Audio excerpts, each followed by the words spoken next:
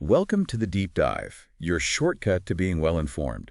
We take a stack of your sources articles, research your own notes, and really extract the most important nuggets of knowledge and insight, custom tailored just for you.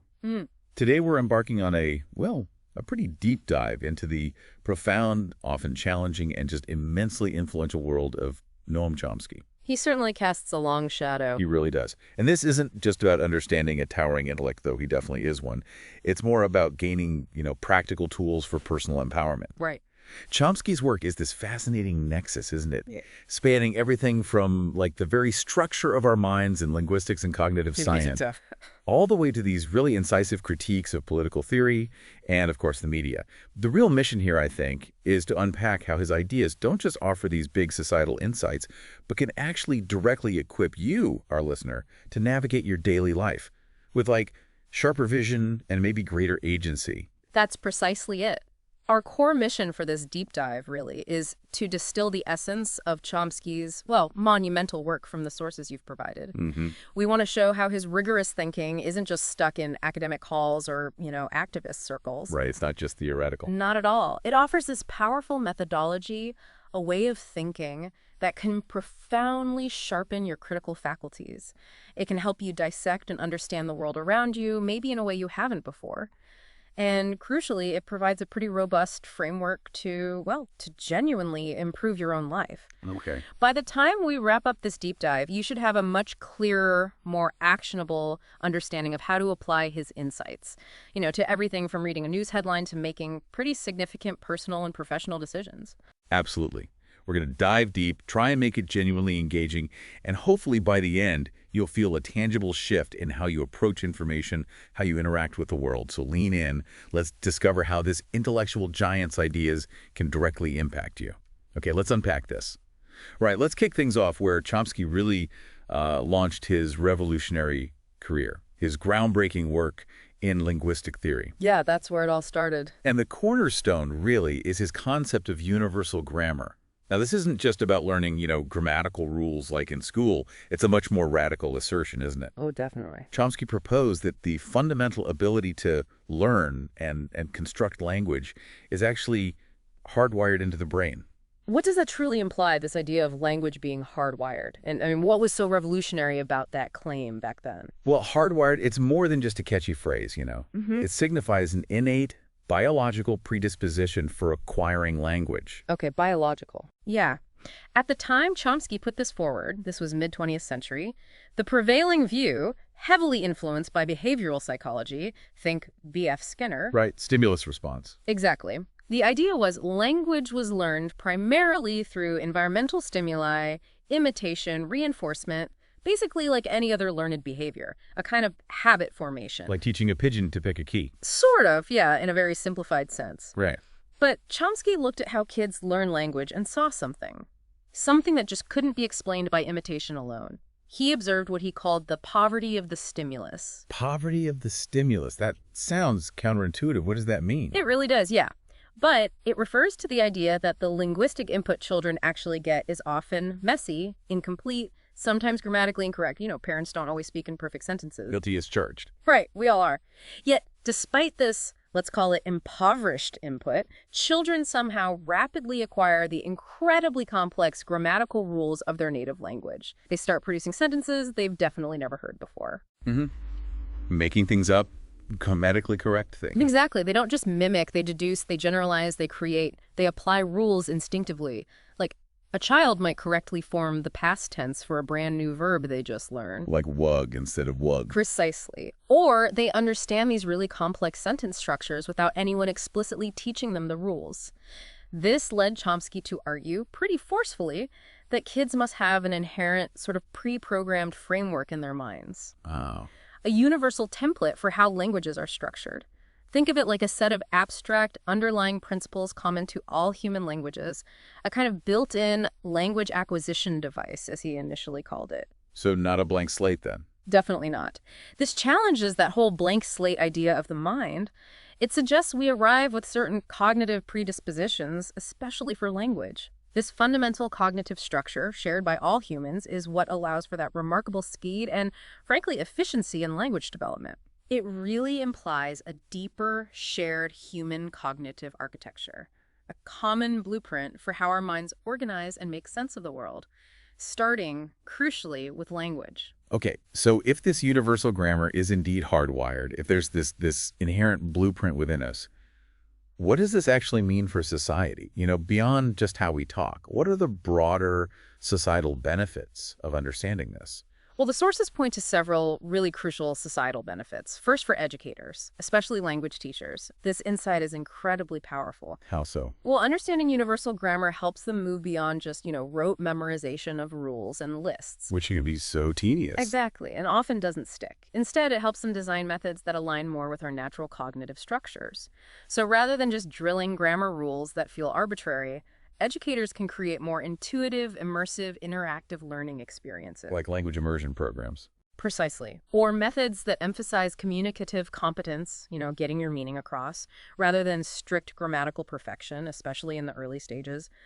These approaches leverage our innate capacity. They foster a more organic acquisition process, much more like how a child picks up their first language. Makes sense. More natural, less like forcing it. Right. It leads to more effective and, frankly, more enjoyable learning outcomes. It's about building on our inherent abilities, not trying to fight against them.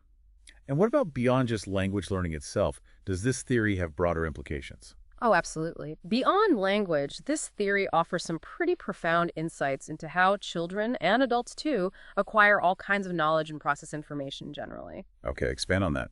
Well, if language is sort of the main tool we use to structure thought and communicate complex ideas, then having an innate blueprint for language suggests a fundamental similarity in how all human minds structure reality itself. Oh, well. It suggests our minds aren't just passively soaking up data like sponges. They're actively organizing it, making sense of the world through structured patterns. This has pretty significant implications for teaching across the board, not just languages. So for teaching math or history or science? Yeah. If we understand that the mind is sort of predisposed to find structure, to categorize information, then teaching methods can be designed to tap into that, to facilitate deeper understanding, critical thinking, rather than just, memorizing facts for a test. Getting beyond the surface level. Exactly. It encourages us to look for the underlying principles, the deep structure of any subject, fostering true comprehension, not just recall. It suggests effective learning isn't just about pouring information in, but about triggering and leveraging our internal cognitive machinery for processing and connecting ideas. Okay, this is fascinating. But here's where I think it gets really interesting for you, the listener. How does understanding universal grammar empower you on a personal level? How can this seemingly abstract idea about a linguistic blueprint actually help you navigate your daily life, maybe in surprising ways? Yeah, this is absolutely where the abstract becomes actionable. Firstly, if you're learning a new language, maybe for travel, work, personal growth, understanding universal grammar can genuinely transform your approach. How? Less vocab lists. Well, maybe not less vocab, but it changes the focus. It's not just about memorizing endless lists or complex conjugations. It's about tapping into that innate capacity every single human has. Right, the blueprint again. Exactly. When you recognize that there are these underlying cognitive structures common to all languages, you can approach learning knowing your brain is already sort of wired to grasp these patterns. So it's less intimidating. It can be, yeah. It shifts your focus from just brute force memorization to recognizing recurring patterns, understanding the underlying logic, maybe immersing yourself to let that innate capacity activate. It can make the learning curve feel less like this huge uphill battle and more like an exciting exploration. You're not just stuffing new data in, you're connecting it to a pre-existing mental framework. Okay, I like that. What else? Secondly, and this is maybe even more subtly profound, is how it enhances your own communication skills and maybe even your ability to detect when language is being used, well, let's say manipulatively. Ooh, interesting. Tell me more. By understanding how language is fundamentally structured and processed in the mind, you become much more aware of how you construct your own thoughts into words. Right, more self-aware. Exactly. This awareness naturally leads to clearer, more precise expression. You start thinking more consciously about the logical flow of your arguments, the clarity of your sentences, how your words might be received, because you're more aware of that underlying cognitive architecture you share with your listener. But here's the deeper insight. If language has this inherent structure, this expectation of clarity and logic, Then when it's used ambiguously or misleadingly or just imprecisely, that often signals something else is going on. Like an attempt to obscure. Precisely. Or to bypass rational processing. Think about political rhetoric that sounds really grand but says almost nothing concrete. Or marketing copy designed purely to evoke emotion without making specific, verifiable claims. Understanding the expected structure of clear communication can help you identify when language is being distorted. To hide meaning or just, bypass critical thought. Exactly. It's like having a built-in error detector for linguistic fuzziness, for ambiguity. So it's not just about achieving clarity yourself, but also spotting when clarity is deliberately absent in what you hear or read. Exactly right. And this insight into a shared cognitive blueprint, it also leads to a deeper, perhaps more critical kind of empathy, an understanding of yourself and others. How so, empathy? Well, if we all share this fundamental way of processing and structuring language, it highlights a profound commonality in human thought processes. It fosters a sense of shared humanity, intellectually speaking, but it also gives you a powerful tool for self-reflection. How do my thoughts actually take shape as language? Am I being clear? Am I being precise? Am I just using jargon to sound smart? This self-awareness, born from understanding the deep structure of communication, is really invaluable. Yeah, I can see that. And as you touched on, it really underscores the importance of using clear and precise language in your own life. If language is structured, then making a conscious effort to choose your words carefully, ensure their accuracy, avoid ambiguity that can dramatically improve all your communications, personal and professional. Give me an example.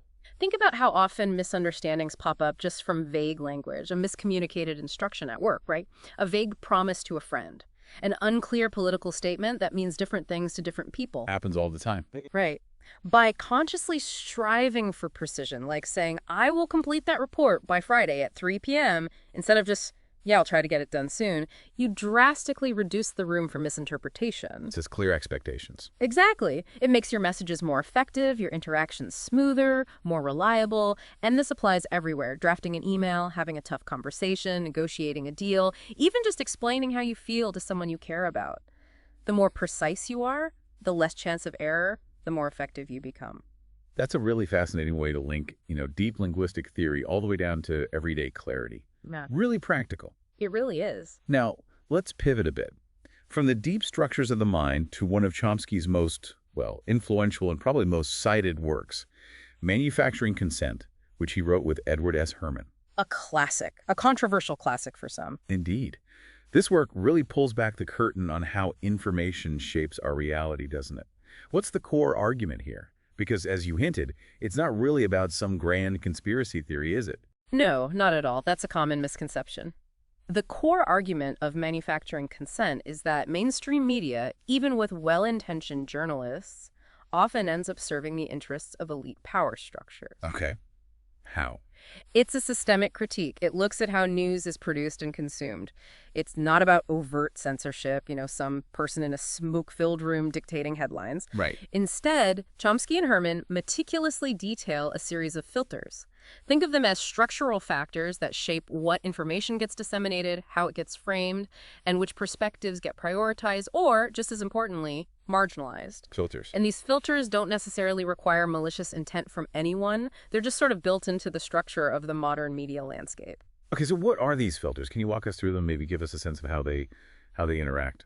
Absolutely. So the first filter they identify is ownership.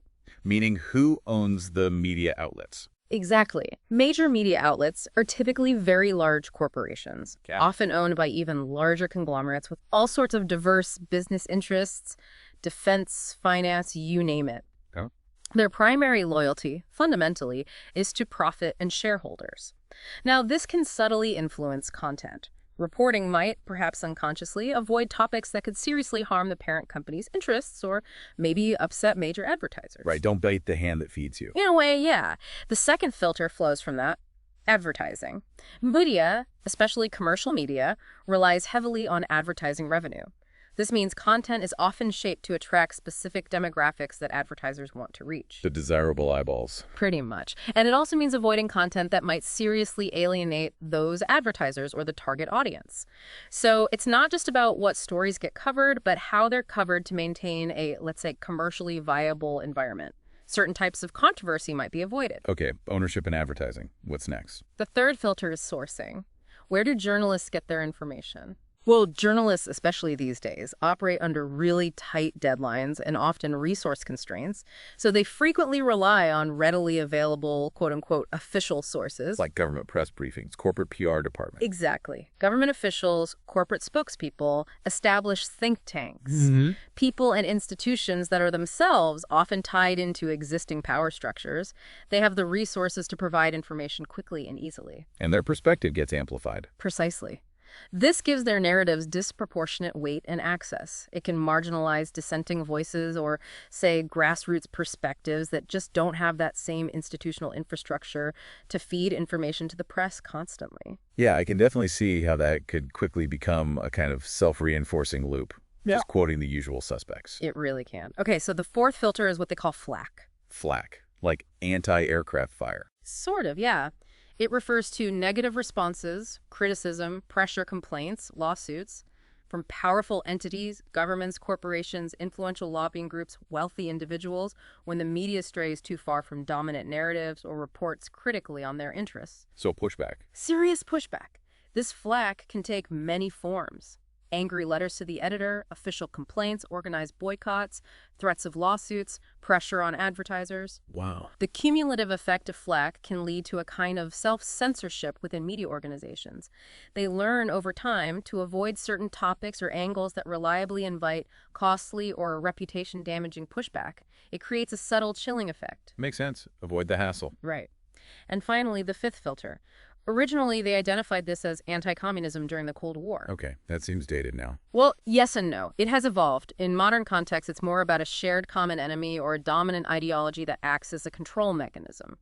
Think anti-terrorism after 9/11, or maybe casting certain viewpoints as unpatriotic, extremist, dangerous, or other. A way to frame the debate. Exactly. It creates a prevailing ideology against which all news is implicitly measured. It frames certain discussions as acceptable, legitimate, within the bounds of debate, and others as simply beyond the pale, not worthy of serious consideration. Okay, so those 5 filters, ownership, advertising, sourcing, flak, and this kind of ideological framing, they work together to shape the news landscape. That's the argument, yeah. Systemically, not necessarily intentionally in every case, but structurally. So if these filters are subtly shaping our information landscape, what are the broader societal impacts of this critique? How does understanding manufacturing consent affect society as a whole, beyond just, making us maybe a bit more cynical about the news? Well, the societal benefits outlined in the sources are actually quite profound, and not just about cynicism. Firstly, by revealing how information can be filtered and potentially manipulated, Chomsky's work encourages greater democratic accountability. How does that work? When citizens are aware of these potential systemic mechanisms, they're empowered to demand more transparency. From both media institutions and from those in power whose narratives are often amplified, it sort of shifts the burden of proof. Okay. It requires institutions to maybe justify their narratives more, rather than just having them accepted at face value. This can foster a more engaged, more critical citizenry, which is absolutely essential for a healthy, functioning democracy, right? It encourages active rather than just passive consumption of information. Makes sense. Don't just swallow it whole. Exactly. Secondly, and maybe even more practically, this critique has been a really powerful catalyst for movements pushing for media literacy and, crucially, for the development and support of alternative, independent journalism. Ah, okay. So it's not just critique, it's about building alternatives. Right. The point of Chomsky's critique isn't just to identify problems within the mainstream, though that's important, but to spur solutions. It highlights the vital role of education in how we consume media. Teaching individuals how to deconstruct news narratives, identify potential biases, and actively seek out multiple, diverse sources of information. Like comparing different news outlets on the same story. Precisely. And it also involves supporting and developing independent journalistic outlets that try to operate outside of those traditional filters we talked about. The implications are enormous. Think about media literacy programs in schools or for adults. Yeah. They teach people how to dissect news, how to differentiate between fact and opinion, how to recognize propaganda techniques, how to understand the economic and political forces that might be shaping media content. This fosters a more resilient, more informed public sphere, less susceptible to manipulation, hopefully, and better equipped to make genuinely informed decisions, especially in today's really complex, often politically charged environments. That feels incredibly relevant, maybe more than ever, with just the sheer volume of information and, frankly, misinformation swirling around online. Absolutely, it's critical. So let's bring it home then. What does this all mean for you, the listener? How can you become a more independent thinker and, well, develop your own BS detector, as they say, by applying these insights from Chomsky and Herman? This is precisely where Chomsky's media criticism becomes a really empowering personal tool. It fundamentally encourages you to critically evaluate all news and information you encounter, not just accepting what's presented passively. Actively questioning. Yes, actively asking questions like, who produced this content? What are their potential motives or interests? What information might be missing here? What perspective is being emphasized? And maybe which perspectives are being downplayed or excluded entirely. Looking for the gaps? Exactly. It's about cultivating active skepticism, pushing past the immediate headline or the emotional hook to understand the underlying context and potential agenda. Can you give an example of applying a filter? Sure. Take the FLAC filter we discussed. Next time you notice a particular issue, maybe a controversial one, suddenly disappear from mainstream news coverage, or maybe its tone shifts dramatically. Ask yourself why. Is it possible that powerful entities exerted pressure? Was there significant pushback? Or if a story is consistently presented with only one set of experts, maybe all from the same think tank or government agency, consider the sourcing filter. Who are these experts? Who fends them? Who do they represent? What other credible voices might be out there that just aren't being amplified in this particular coverage? Right. Follow the money, follow the interests. It's often a good starting point. And this critical lens, it extends far beyond just the news. It applies to almost every aspect of your daily life. It helps you make more informed decisions, whether they're financial, political, social, by learning to look beyond the slick presentation, the emotional appeals, the carefully crafted sound bites. You can base your decisions on a more comprehensive, maybe more unbiased understanding of reality.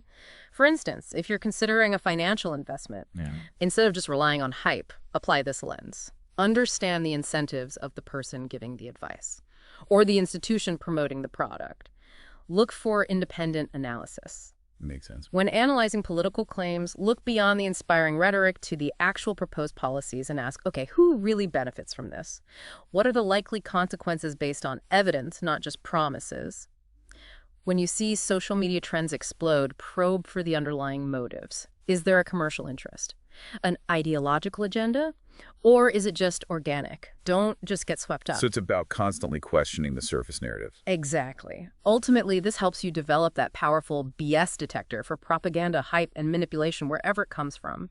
In our current information landscape, this isn't just a useful skill, it's frankly a crucial one for maintaining your intellectual autonomy. Yeah, survival skill almost. It kind of is. It's about recognizing the patterns of persuasion, how information is often designed specifically to influence your emotions or actions, rather than purely to inform you.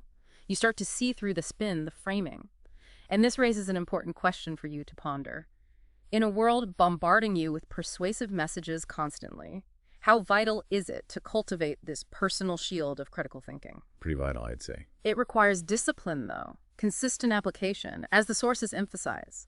Investigate both sides of any argument. Don't accept media or institutions at face value.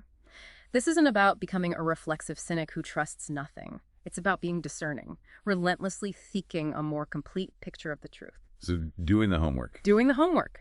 Actively seeking out counter-arguments, dissenting opinions, looking for the actual data that supports or refutes claims, rather than just consuming what's conveniently packaged and presented to you. That's a profoundly empowering way to approach information. Yeah. Really shifts you from passive recipient to active investigator. That's the goal, yeah. Now, building on that sharpened critical thinking, let's move to a more, maybe action-oriented aspect of Chomsky's philosophy. His deeply held belief that individuals have a moral obligation to speak out against injustice and to challenge systems of power. Yes. This isn't just about analyzing the world anymore. It's about actively engaging with it. Yeah, that's a crucial distinction, absolutely central to Chomsky's entire body of work, really. When he talks about moral obligation, he's not just suggesting it's, a nice idea or a commendable thing to do. It's stronger than that. Much stronger. He frames it as a fundamental duty, something stemming directly from our shared humanity. It's a powerful idea that deeply links knowledge with responsibility. Knowledge implies responsibility. That's the core of it. If you have the capacity to understand injustice, if your critical thinking allows you to identify systems or actions that cause harm, that perpetuate inequality, then, for Chomsky, you have a corresponding moral responsibility to act on that knowledge. So you can't just know something is wrong and do nothing. Not if you want to live ethically, according to this view.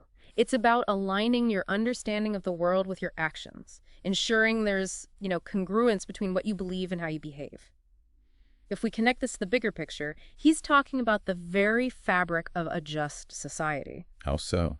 Well, a society that remains silent in the face of injustice implicitly condones it, doesn't it? Whereas one where individuals feel empowered and actually obligated to speak out is one that continuously strives, however imperfectly, for greater equity and fairness.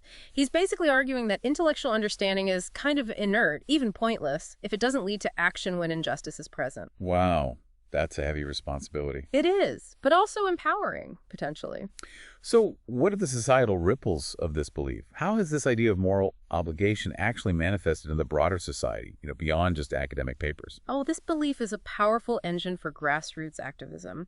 You can see its influence everywhere. It's arguably the driving force behind countless movements for social change throughout history. Like what? Think about the civil rights movement in the U.S., the anti-apartheid movement, anti-war efforts historically and today, environmental protection movements, contemporary struggles for human rights, LGBTQ+ rights, economic justice globally. Right. This idea provides the ideological underpinning for ordinary people to recognize that their collective action, even if their individual contribution feels small, can indeed make a profound difference. It empowers them to organize, to protest, to advocate for change because they believe in the fundamental rightness of their cause and, crucially, in their obligation to pursue it. So it moves people from observation to participation. Exactly. It shifts society from simply observing problems to actively participating in trying to find solutions.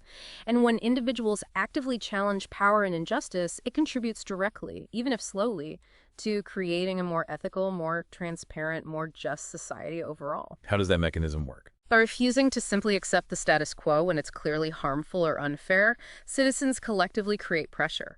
They push institutions, governments, corporations, cultural norms towards greater accountability and equity. This perspective fosters a culture of active citizenship, not just passive acceptance or cynicism. Do you give an example? Sure.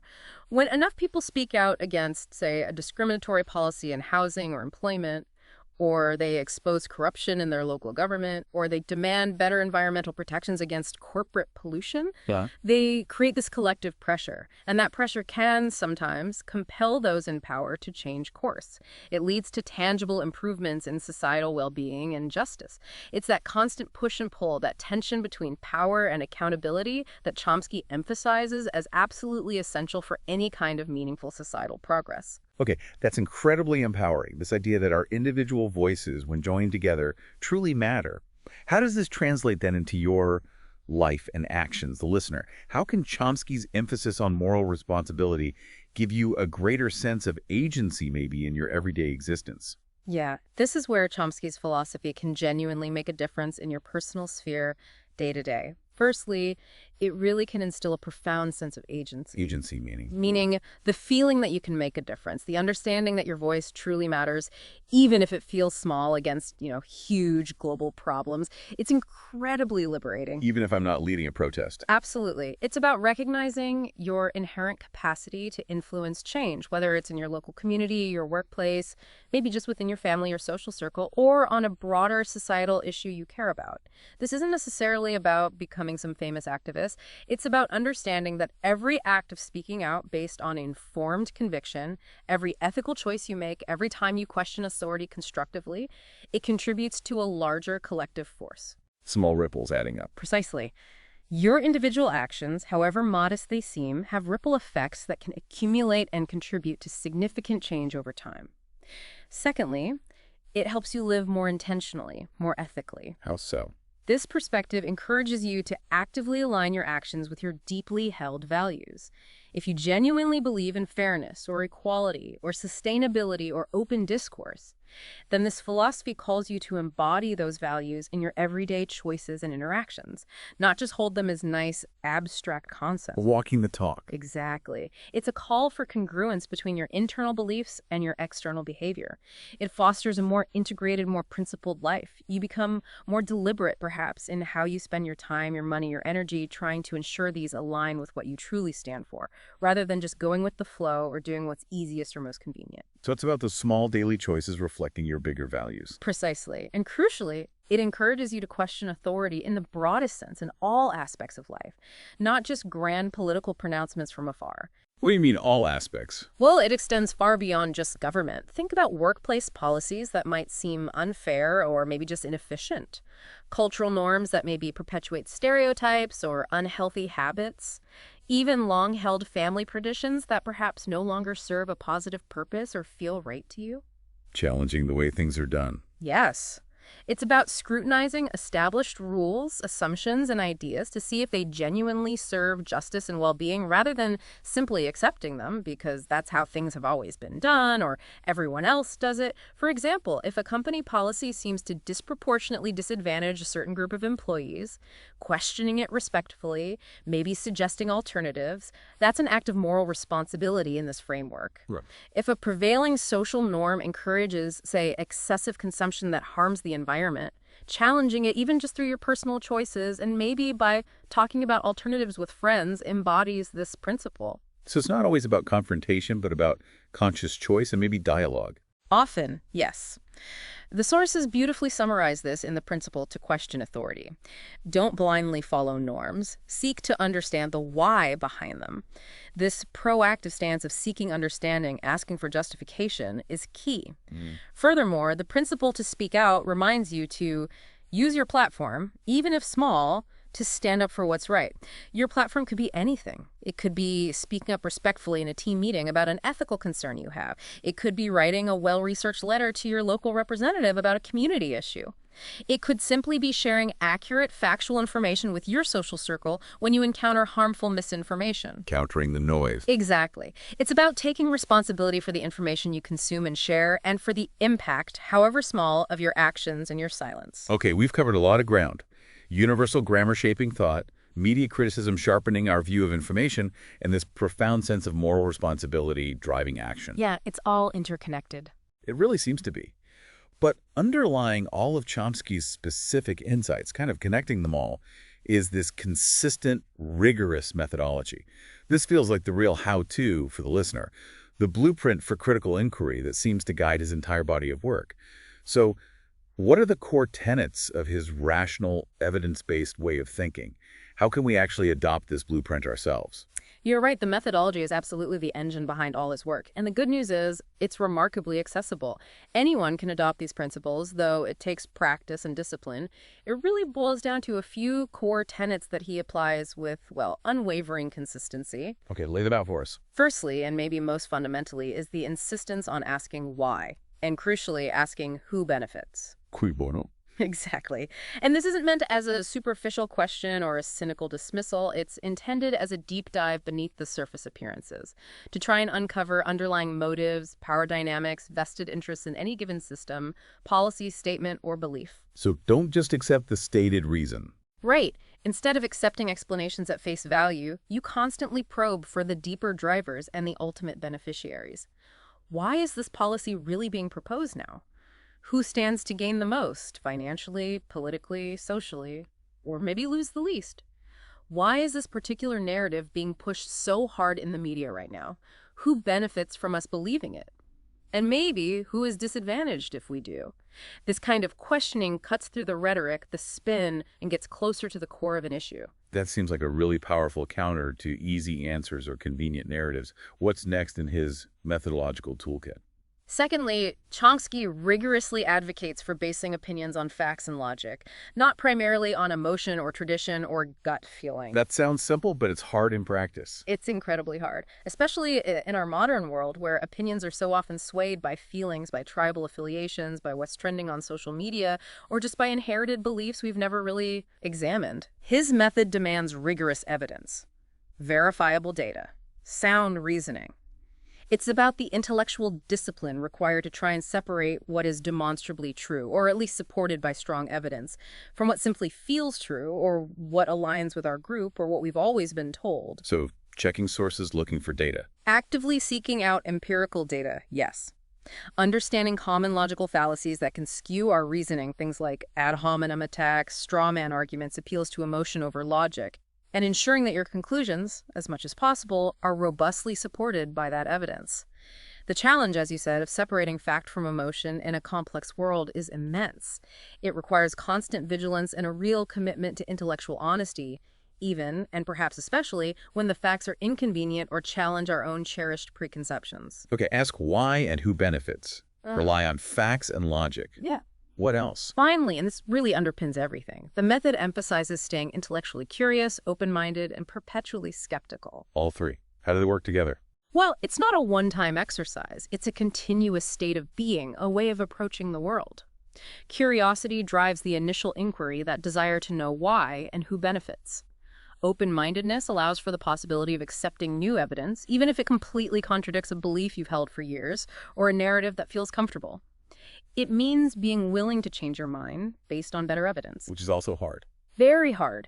And skepticism prevents premature conclusions. It means questioning assumptions, including your own deeply ingrained ones. It means continuously testing claims, your own and others, ensuring they stand up to rigorous scrutiny. It's not cynicism, mind you. It's not dismissing everything. It's just not accepting things uncritically. So it's a cycle. Curiosity leads to questions, open-mindedness lets in answers, skepticism tests those answers. That's a great way to put it. This continuous learning process actively works against dogma, against rigid thinking. It encourages intellectual humility, acknowledging what you don't know, and allows for ongoing intellectual growth and the constant refinement of your worldview, rather than settling into a fixed, unchangeable set of beliefs. That's a powerful and, incredibly practical set of principles for trying to navigate the complexity we all face. So the payoff question, how does adopting this methodology tangibly improve your life, the listener? What are the direct, concrete benefits of deliberately choosing to think more like Chomsky in this methodological way? The benefits are profound, I think, and far-reaching, truly transformative for how you interact with the world and make decisions. Firstly, adopting this methodology genuinely makes you more confident in your beliefs. Because you're arguing more. Not necessarily, but because your beliefs are built on a stronger foundation. They're grounded in reason, in verifiable evidence, in rigorous logic, not just on fleeting trends or popular opinion, or simply what someone else told you to think. Right, you've done the work. You've done the work. This provides a solid, resilient foundation for your worldview. When you've thoroughly investigated an issue, questioned the assumptions, looked at the evidence, and based your conclusions on facts, you can stand by your convictions with genuine confidence. Even when challenged, you know why you believe what you believe. Yeah. That inner strength, that intellectual independence is incredibly valuable in a world just flooded with information and conflicting narratives. You're not just echoing opinions, you're understanding the basis for your own. Okay, confidence through rigor. What else? Secondly, it leads directly to sharpened decision-making. In pretty much all areas, personal life, financial choices, career moves. How does that connection work? The ability to analyze situations rationally, to identify the underlying factors, to maybe predict likely outcomes based on logic and evidence, rather than just on emotion or wishful thinking or gut feeling, that inevitably leads to better choices over time. Can you give an example? Sure. Think about a significant financial decision again, like maybe investing your savings in a specific sector that's getting a lot of hype. Instead of just jumping in because there's a lot of media excitement, or maybe your friend claims they got rich quick, applying Chomsky's method would have you asking different questions. Why is this sector suddenly booming? Who benefits most from promoting it? What are the actual facts and logic behind its valuation and its long-term prospects, stripping away the emotional fervor? Looking at the fundamentals. Exactly. Doing that deeper analysis based on evidence would lead to a much more informed and likely a much better long-term outcome. Same applies to a career choice. Instead of just chasing the latest hot industry, you'd ask why it's booming, who benefits from its growth, what are the factual prospects for long-term stability versus just short-term hype. This disciplined, evidence-based approach helps minimize risk and maximize potential based on reality, not just hope. So it's really about moving past the surface noise and focusing on the underlying mechanics and evidence. Precisely. And finally, and this is perhaps critically important in our current environment, This methodology significantly reduces your susceptibility to manipulation. From ads, politicians, social media. From all of it.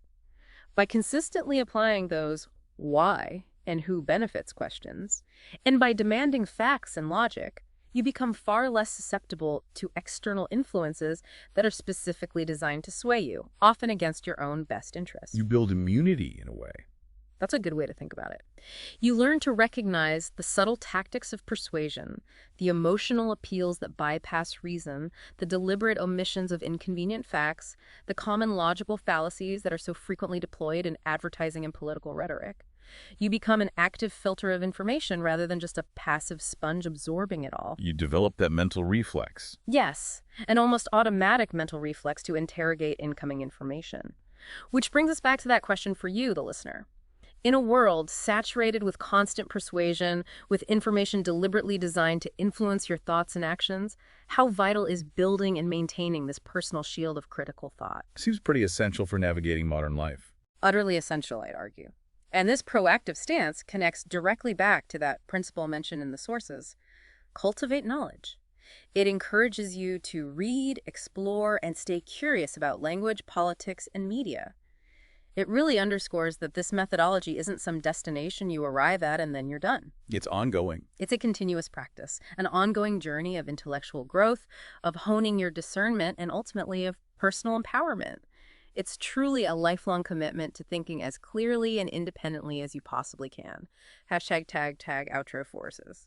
Wow, what a journey we've taken in this deep dive. We've spanned from, the innate, hardwired structures of language deep inside our minds and how they underpin our very thought processes. Right back to the beginning. All the way to the subtle, systemic machinery of media that shapes our understanding of the world, for better or worse.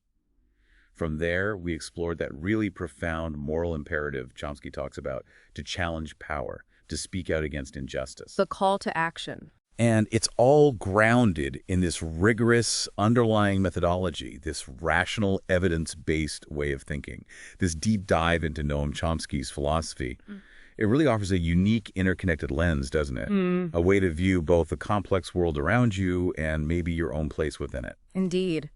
It's a powerful toolkit, really, and one that's far from just academic theory locked away somewhere. Right, it's practical. It helps you dissect and understand the complexities of society, how information flows, how power operates, how systems are maintained or challenged. And simultaneously, it empowers you as an individual. It equips you to navigate all that complexity with greater clarity, more confidence, and a clearer sense of purpose. Yeah. It truly is about equipping you to be a more discerning, more engaged, and ultimately a more effective participant in your own life and in the world around you. It allows you, hopefully, to move beyond just reacting to information, to truly understanding it, evaluating it, and then acting from a place of informed conviction. Absolutely. And as we close out this deep dive, here's maybe a final provocative thought for you, the listener, to consider. Something to mull over, perhaps explore on your own. If our capacity for language is hardwired, providing this common cognitive ground for all of us, and yet media and other forces so powerfully shape our understanding of the world, often creating divisions and misunderstandings. And if we do have this moral obligation to act based on our understanding, then what new, maybe more truthful, more deeply resonant ways could we invent to communicate complex truths and catalyze positive change? Starting perhaps with the very next conversation you have, or the next thing you choose to share online. That's a powerful question to leave with. Thank you so much for joining us on this deep dive. We hope this exploration of Noam Chomsky's ideas inspires you to continue your own independent explorations and maybe to apply some of these powerful insights in your daily life. Until next time, keep digging.